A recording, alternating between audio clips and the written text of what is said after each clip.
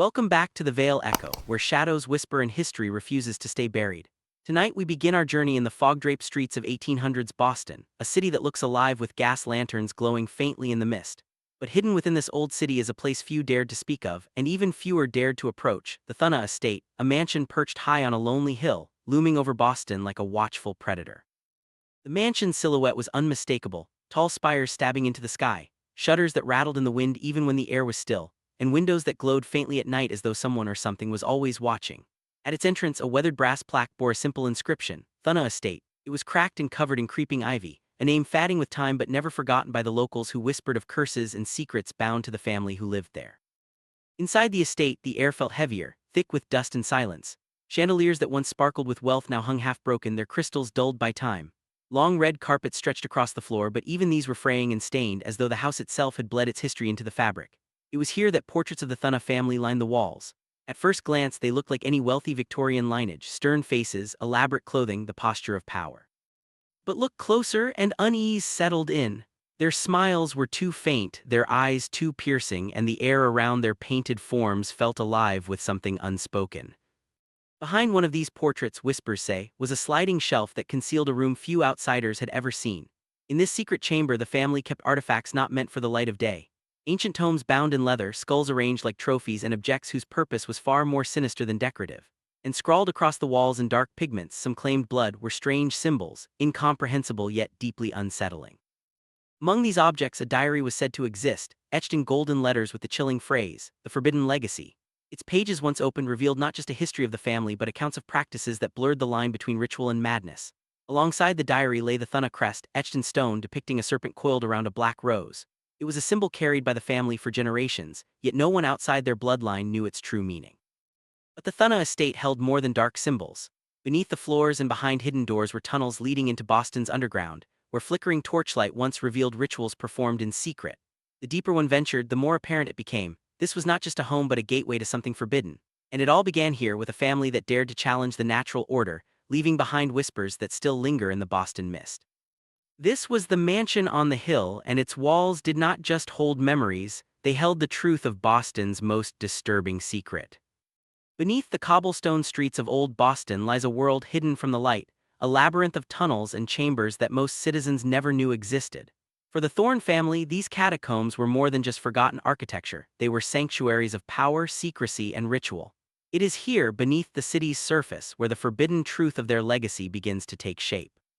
The journey starts with a set of winding tunnels, walls slick with moisture, water dripping in echoes that seem to mimic whispers. Old brickwork crumbling from centuries of neglect framed passages that stretched into an endless maze. At intervals, the faint glow of torchlight illuminated the darkness, revealing cryptic markings scratched into the stone, symbols that resembled those found in the hidden chamber of the Thorne mansion above. These were no ordinary carvings, they were sigils etched deliberately, meant to guide or to warn those who walked these paths. Deeper in the catacombs, a chamber opened wide, its ceiling lost in shadows. Here, cloaked figures once gathered, their faces concealed beneath heavy hoods, their identities erased in loyalty to a darker cause.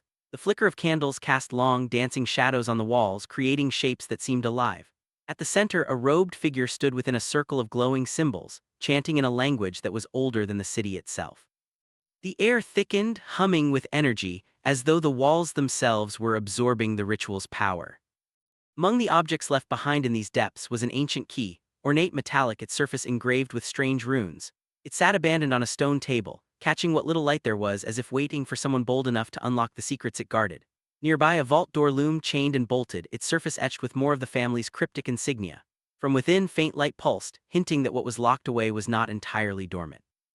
But the most disturbing discovery lay within the pages of a book found in these tunnels, a volume older than the Thorne family itself.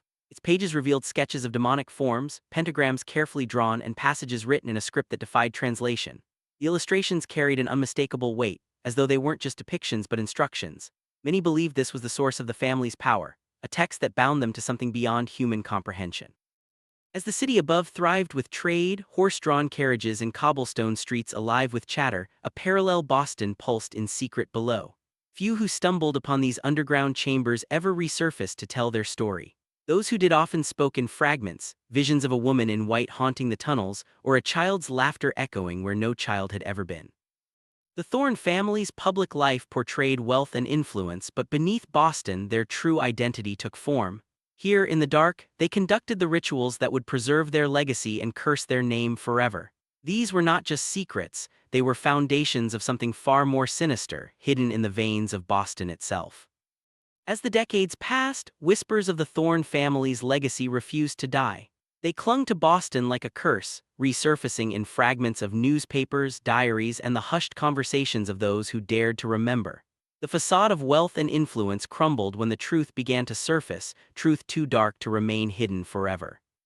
One of the first revelations came in the form of a headline: "Boston in shock, the Thorne scandal exposed." The old paper, yellowed and torn, told of mysterious deaths, disappearances, and unexplained wealth tied to the Thornes, yet the words barely scratched the surface. For every scandal the public learned of, there were darker truths buried beneath. At the heart of it all was the mansion itself. Witnesses described seeing ghostly figures in its windows long after the estate was abandoned. Some claimed a pale woman in a Victorian dress appeared at dusk, starring out as if searching for something or someone who never returned. Others swore they heard the faint sound of a child's laughter echoing through the empty hallways, accompanied by the hollow clatter of a porcelain doll rolling across the floor. The house was not just decaying, it was alive with memory, with regret, with restless souls. But the end of the Thorne family's reign did not come quietly. One night, fire consumed the mansion on the hill. Flames leapt into the sky, painting the night in a violent glow. Townspeople gathered in fear and awe, watching as generations of secrets turned to ash. Yet even amidst the chaos, a shadowy figure was seen walking away from the inferno, their identity hidden, their steps deliberate, as if the fire was not an accident but a cleansing. From the ruins, something survived. Accounts tell of a strange artifact glowing faintly amidst the ashes, pulsing as if it possessed a heartbeat of its own. Some believed it was the very core of the family's forbidden practices, an object tied to the rituals performed in Boston's underground. Whatever it was, it ensured that the Thorne legacy did not end with fire, it only transformed. Even today, researchers and historians uncover fragments of this story. In dim archives, letters signed by the Thornes resurface, pages filled with cryptic instructions and blood-sealed oaths. Their family crest, the serpent and the black rose, still appears carved into hidden corners of the city, reminders that the past never truly disappears. And in the Boston skyline, modern towers rise where the old mansion once stood, yet locals swear that on misty nights, the ghostly outline of the Thorne estate can still be seen, watching over the city. The forbidden legacy of the Thorne family is not just history, it is a haunting, a curse that lingers in stone, fire, and blood. And though their mansion may be gone, their presence remains, etched into Boston's darkest corners, forever waiting in the shadows.